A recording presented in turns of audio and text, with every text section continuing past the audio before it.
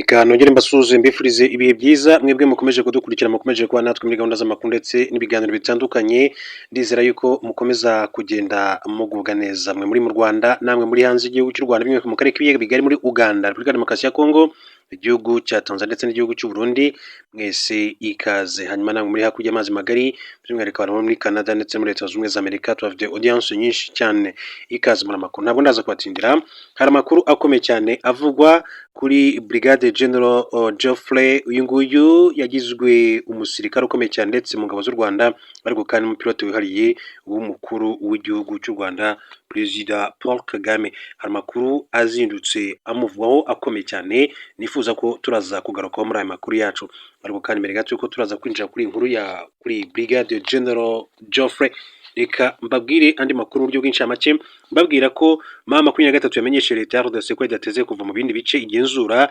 Iri ni ihuriro rya M23 rirwanya ubutegetsi bwa Repubulika ya Demokarasi ya Kongo, ryatangaje ko nyuma y'umujyi wa Uvira ridateze kuva mu bindi bice rigenzura mu ntara ya Kivu y'Amajyaruguru na Kivu y'Amajyepfo. Umuvugizi wa M23 Lawrence Kanyuka kuri 26 Mutarama 2026 yatangaje amahoro aganje mu bice iri huriro rigenzura, kandi ko abaturage kandi bakomeje ibikorwa byabo, ubukungu bwaho bukaba kandi buhagaze neza. Agize ati Alliance Fleuve Congo M23 ntizava mu gace na kamwe kari mu butaka yabohoye. Alliance Fleuve Congo M23 ntizemerera uwo ari we wese harimo na leta ya Kinshasa ko ahungabanya amahoro n'umutekano mu bice byabohowe. Irashimangira ko yiyemeje kurwanira ndetse no kurinda abaturage yivuye inyuma igihe cyose bakwibasirwa na leta y'inyamaswa kandi y'ingome ya Kinshasa. Alliance Fleuve Congo M23 yakuye abarwanyi ba nyuma mu mujyi wa Uvira tariki ya 17 Mutarama 2026 mu gitondo cy'uyu munsi cy'ejo hashize, wakurikiyeho winjiramo rero imitwe ya Wazalendo n'ingabo za Repubulika ya Demokarasi ya Kongo.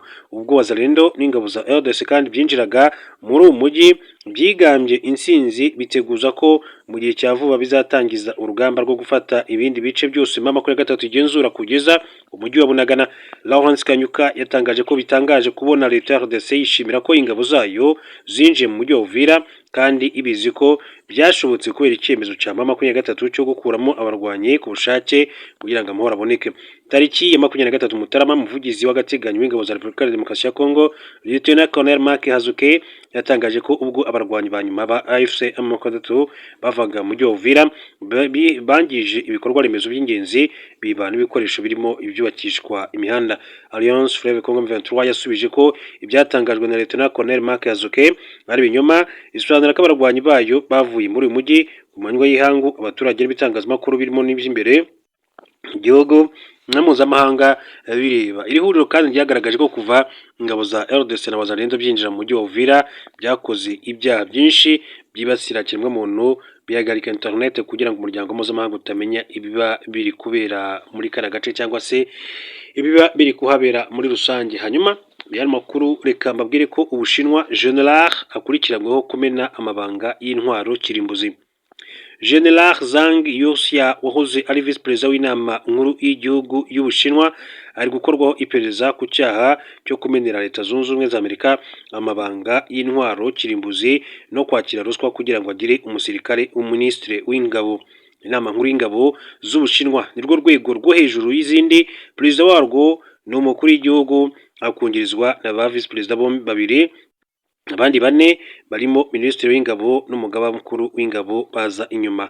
Ikinyamakuru The Wall Street Journal cyatangaje ko mbere y'uko Minisiteri y'ingabo y'Ubushinwa itangaza ku 24 Mutarama 2026 ko General Zhang ari gukorwa iperereza, habanje kandi kuba inama y'abofisiye bakuru b'igisirikare baganira ku myitwarire ye. Amwe mu makuru kandi akomeye yahishuriwe muri iyi nama nk'uko iki kinyamakuru cyabitangaje, nuko uretse kwakira ruswa kugira ngo azamure abasirikare mu ntera, yanahaye Amerika amakuru tekinike y'ingenzi ajyanye n'intwaro kirimbuzi z'Ubushinwa.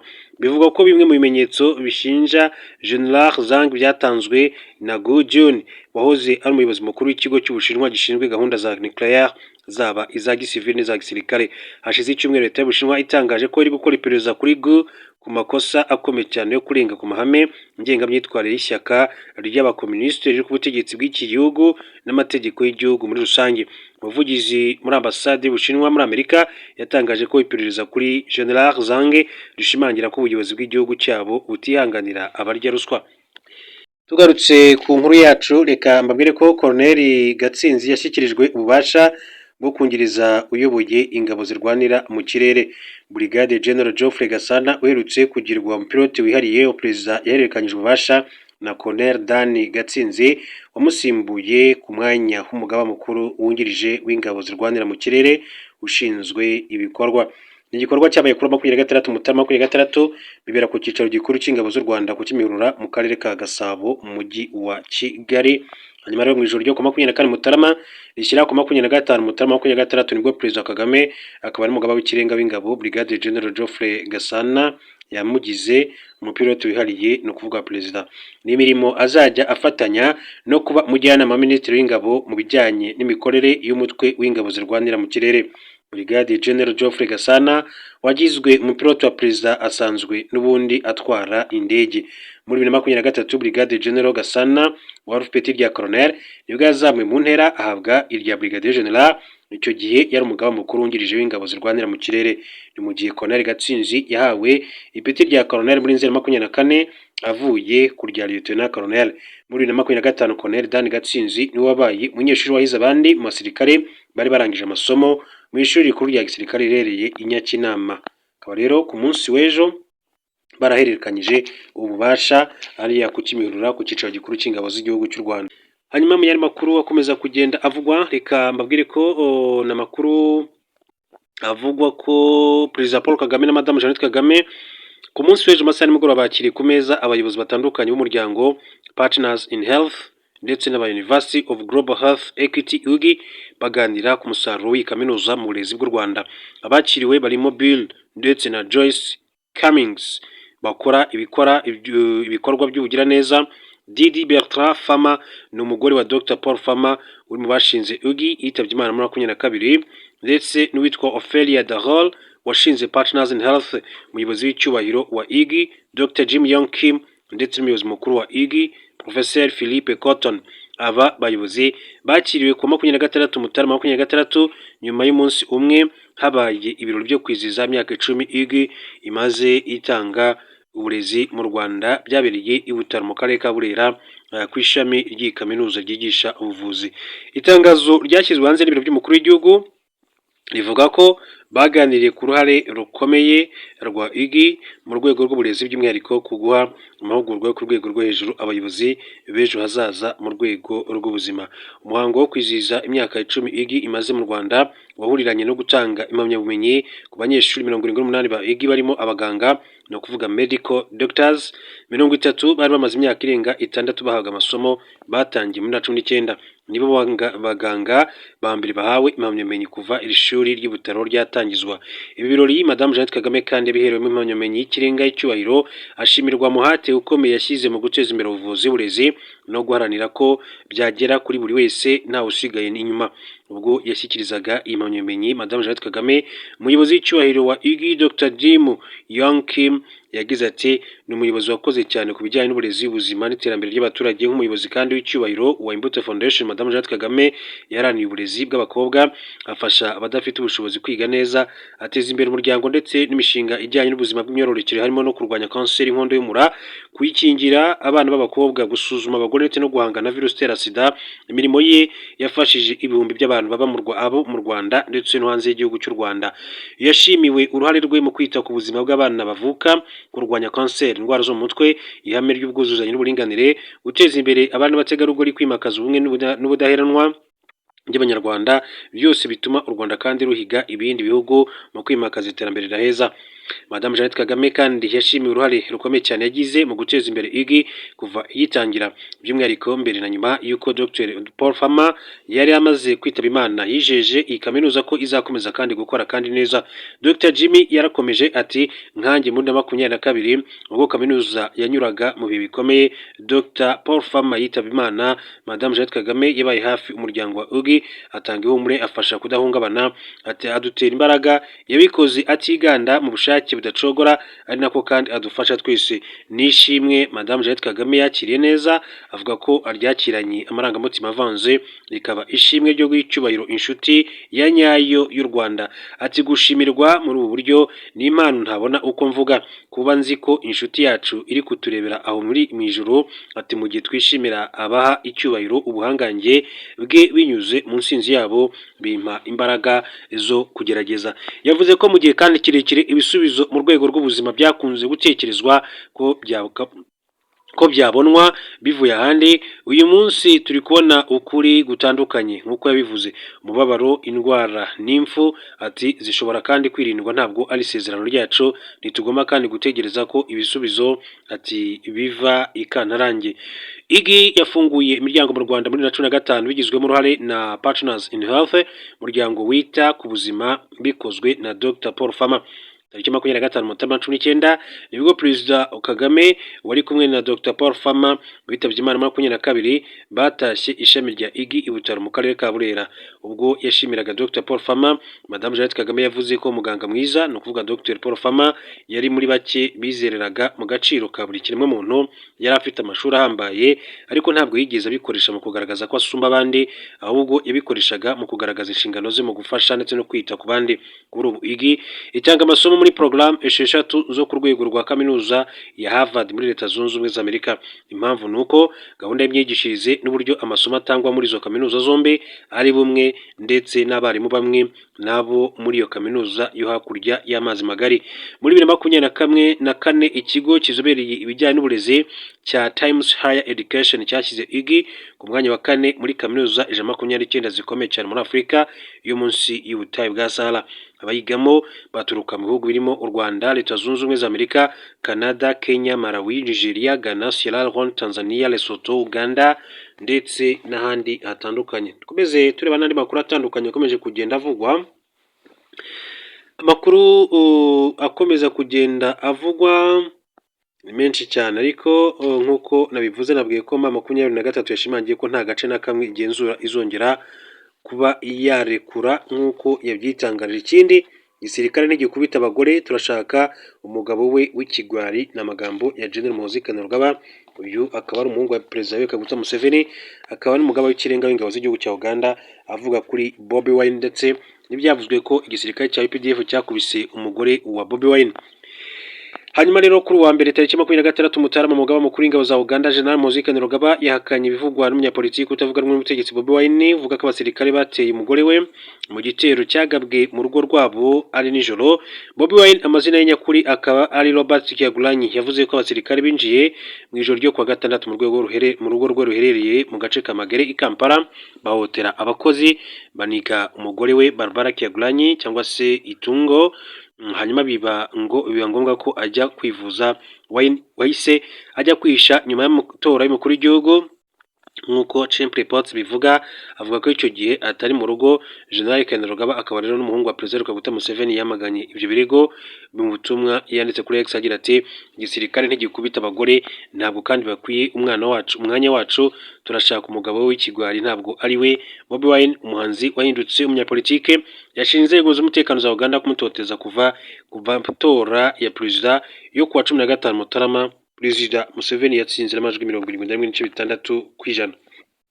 Hanyuma akaba ari ibyo ngibyo bikomeza kugenda abivugwa. Katurebe hamwe n'andi makuru atandukanye akomeje kugenda avu Rwanda, by'umwihariko mu karere k'ibiyaga bigari muri Uganda, Repubulika ya Demokarasi ya Kongo ndetse n'igihugu cya Tanzania.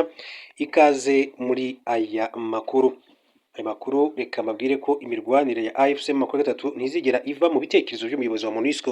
N'umuyobozi w'agateganyo w'ubutumwa bw'amahoro bw'umuryango w'abibumbye muri Repubulika ya Demokarasi ya Kongo ni MONUSCO, yitwa Viviane Van de Pel yatangaje ko yabonye isura atarazi ku barwanyi ba AFC M23 ubwo bari mu rugamba rwo gufata umujyi wa Goma, kuko bari bafite imbaraga zitamenyerewe ku mutwe witwaje intwaro. Urugamba rwa AFC M23 rwo gufata umujyi wa Goma rwatangiye mu rukera rwo ku 27 Mutarama 2025. Icyo gihe Viviane Van de Pel wari umuyobozi wungirije wa MONUSCO ushinzwe ibikorwa no kurinda abasivili yari muri uyu mujyi wa Goma. Mu kiganiro na radio mpuzamahanga y'Abafaransa Radio France Internationale Viviane Van der Pel yatangaje ko atazibagirwa urugamba rwo gufata umujyi wa Goma kubera ko rwagize ingaruka zitoroshye ku barwanaga abasivili n'ingabo ziri mu butumwa bw'amahoro bwa Loni. Yagize ati urugamba rwa Goma muri Mutarama 25 ni ikintu utazibagirwa, twaba tuvuga ku baturage b'abasivili abari bahanganye ku mpande zombi, ku barinzi b'amahoro ubwabo. Ni rwo rugamba rukomeye cyane kurusha izindi twabonye mu burasirazuba bw'igihugu. Naho rwari ruhuriye ati n'ifatwa rya Goma muri 12.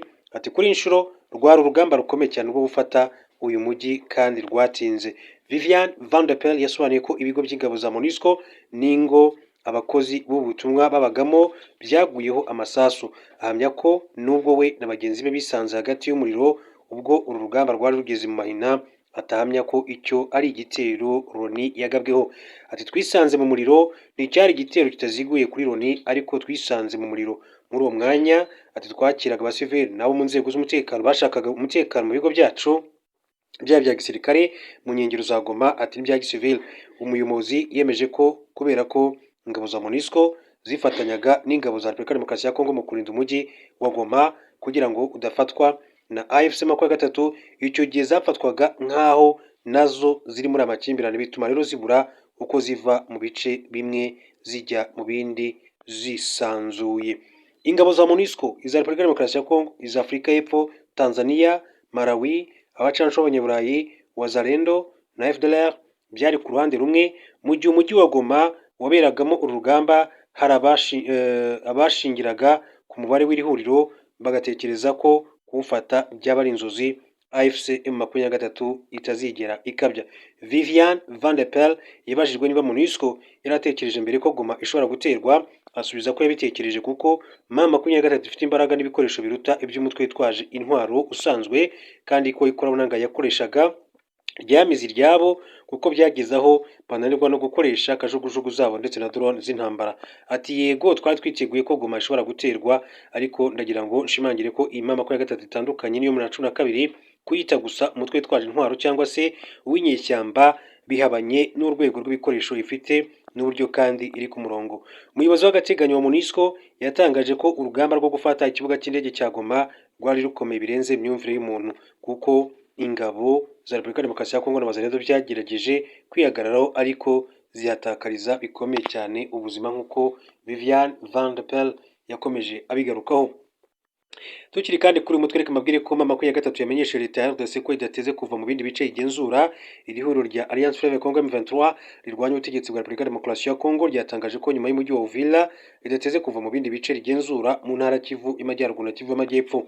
Umuvugizi wa Alliance Fleuve Congo M23 Laurent Kanyuka ku 26 Mutarama 2026 yatangaje amahoro aganje mu bice iri huriro rigenzura, kandi ko abaturage bakomeje ibikorwa byabo, ubukungu bwaho bukaba buhagaze neza. Yagize ati M23 ntizava mu gace na kamwe kari ku butaka yabohoye. Alliance Fleuve Congo M23 ntizemerera uwo ari we wese harimo na leta ya Kinshasa ko ahungabanya amahoro n'umutekano mu bice byabohowe. Irashimangira ko yiyemeje kurwanira ndetse no kurinda abaturage yivuye inyuma igihe cyose bakwibasirwa na leta y'inyamaswa kandi y'ingome ya Kinshasa. Alliance Fleuve Congo M23 yakuye abarwanyi ba nyuma mu mujyi wa Uvira tariki ya 17 Mutarama 2026 mu gitondo cy'umunsi wakurikiyeho winjiramo imitwe ya Wazalendo ndetse n'ingabo za RDC. Ubwo Wazalendo kandi n'ingabo za RDC byinjiraga muri uyu mujyi byigambye intsinzi, biteguza ko mu gihe cya vuba bizatangiza urugamba rwo gufata n'ibindi bice byose M23 igenzura kugeza ku mujyi wa Bunagana. Laurent Kanyuka yatangaje ko bitangaje kubona leta ya RDC yishimira ko ingabo zayo kandi zinjiye mu mujyi wa Uvira, kandi bizi ko byashobotse kubera icyemezo cya M23 cyo gukuramo abarwanyi ku bushake kugira ngo amahoro aboneke. Tariki 23 Mutarama umuvugizi w'agateganyo w'ingabo za RDC Lieutenant Colonel Mark Azuke yatangaje ko ubwo abarwanyi ba nyuma ba M23 bavaga mu mujyi wa Uvira bangije ibikorwa remezo by'ingenzi, biba n'ibikoresho birimo n'ibyubakishwa imihanda. M23 yasubije ko ibyatangajwe na Lieutenant Colonel Mark Azuke ari ibinyoma, isobanura ko abarwanyi bayo bavuye muri uyu mujyi ku manywa y'ihangu, abaturage n'ibitangazamakuru birimo iby'imbere mu gihugu na mpuzamahanga bireba. Iri huriro ryagaragaje ko kuva ingabo za RDC na Wazalendo byinjira mu mujyi wa Uvira byakoze ibyaha byinshi cyane byibasira ikiremwamuntu bihagarika internet kugira ngo umuryango mpuzamahanga utamenya ibibi biri kuhakorerwa. Hanyuma andi makuru avuga, reka tujye mu butabera mbabwire ko DJ Toxic yajuririye ibyo gufungwa iminsi 30 y'agateganyo. Yitwa Shema Arnaud uzwi nka DJ Toxic, yajuririye icyemezo cy'urukiko rw'ibanze rwa Nyarugenge rwategetse ko bafungwa iminsi 30 y'agateganyo bitewe n'uko hari impamvu zikomeye zituma akekwaho ibyaha bitatu muri bine akurikiranyweho. Kwa 21 Mutarama 2026 nibwo umucamanza yasobanuye ko Shema Arnaud agiye gufunga by'agateganyo kugira ngo atabangamira iperereza rikomeje ndetse no kugira ngo adatoroka ubutabera. Ni icyemezo cyasomewe mu ruhame mu rukiko rw'ibanze rwa Nyarugenge. Urukiko rwagaragaje ko hari impamvu zikomeye zituma afungwa iminsi 30 y'agateganyo kuko mu byaha bine ubushinjacyaha umukurikiranyeho bitatu muri byo bifite impamvu zikomeye. Mu iburanisha ubushinjacyaha kandi bwagaragaje ko Shema Arnaud umukurikiranyeho icyaha cy'ubwicanyi budaturutse ku bushake, guhunga nyuma yo gukora cyangwa se guteza impanuka, gukoresha ibiyobyabwenge cyangwa se urusobe rwabyo, ndetse no kwanga gupimishwa icyuma gipima ingano ya alcool mu mubiri. Icyo gihe Shema yaburanye yemera icyaha cy'ubwicanyi bidaturutse ku bushake ndetse n'icyaha cyo guhunga nyuma yo gukora cyangwa se guteza impanuka, gusa agaragaza ko yabitewe n'ubwoba bigatuma ahita rero ahungira ku nshuti ye i Karongi mu burengerazuba bw'u Rwanda. Urukiko rwagaragaje ko nyuma yo gusuzuma ibyo byaha byose ubushinjacyaha bwagaragaje basanze kuko hari impamvu zikomeye cyane zituma bikurikiranwaho uretse icyo kwanga gupimwa n'icyuma gipima ingano ya alcool mu maraso. Urukiko rwagaragaje ko nta bimenyetso bifatika bigaragaza ko DJ Toxic yanze gupimishwa icyo cyuma gipima ingano ya alcool kuko aho yafatiwe Karongi nta kintu na kimwe yigeze yanga mu byo yasabwe. Rwasobanuye ko kuba hari amashusho agaragaza ko yari yanyoye ibisindisha mu nzu y'imyidagaduro ya Kigali Universe na mbere yo gukora impanuka nta kigaragaza ko yari yarengeje igipimo cya alcool cyemewe ku muntu utwaye ikinyabiziga, bityo ko nta mpamvu zikomeye zituma akurikiranwa icyo cyaha.